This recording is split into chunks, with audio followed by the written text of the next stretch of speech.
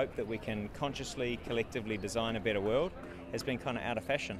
And this movement globally is now expressing a clear sentiment that we can change the world by talking about how to make it better.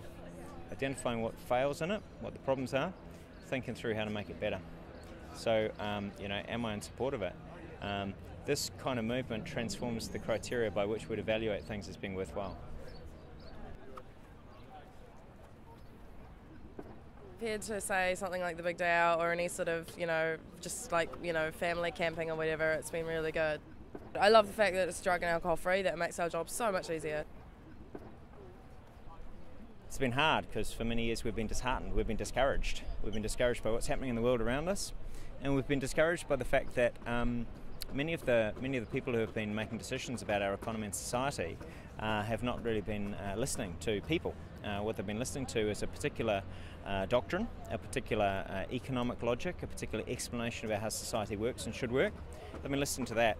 And that vision of how society works that's dominated in this country since 1984, but effectively globally from the early 80s on, that economic system we can now see has failed systematically. It's failed with financial crisis, but more so it's failed people because people are not believing that they benefit from it. The inequality is growing exponentially every year in this country. We've got ridiculous rates of child poverty and things like that. I used to work for the government doing government subsidies on sort of improving low-income homes, and I was working up around the East Coast. And we were insulating houses that didn't have any glass in the windows, And these are big families with small kids that are being hospitalised constantly over the summer and the winter and stuff. And yeah, it's ridiculous. The levels of poverty in this country are ignored.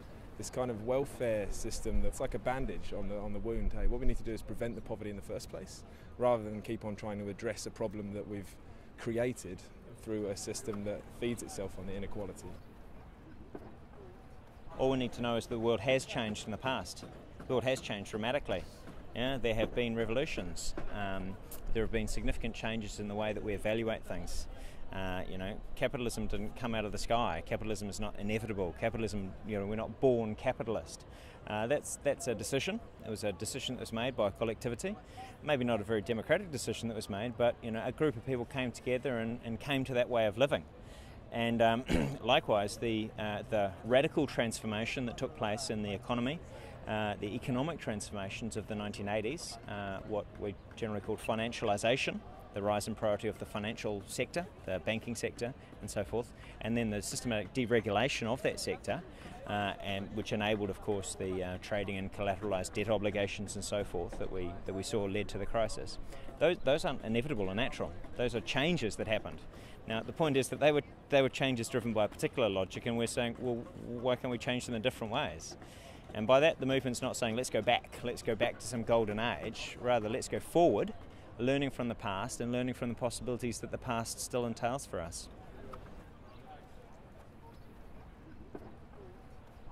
A lot of people who have been drawn to this have sort of been stuck in apathy for so long that now they have something to put their positive energy towards. They're just really happy that they can believe in some form of change. Well, I'm here representing the Engineers Union because this is a genuine grassroots movement of people objecting to financial terrorism, and what's required is restraint upon the speculators, currency manipulators, banks and people, the financial system generally. So I'm here to support these people in their attempts to draw attention to those problems.